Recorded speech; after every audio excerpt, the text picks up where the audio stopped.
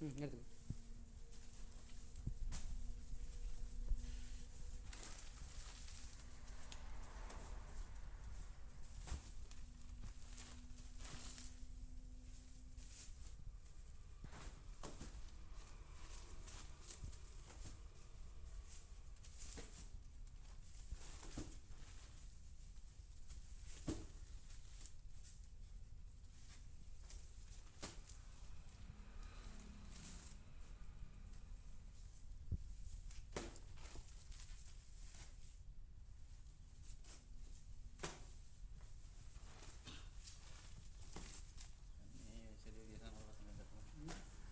தண்ணி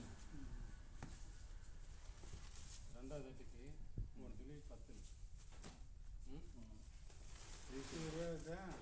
கோயிலில் காய்ச்சல் வந்து நினைக்கும் போது காய்ச்சல் இருக்கிற கோயிலுக்கு வீசுற தண்ணி பத்துறதில்லை.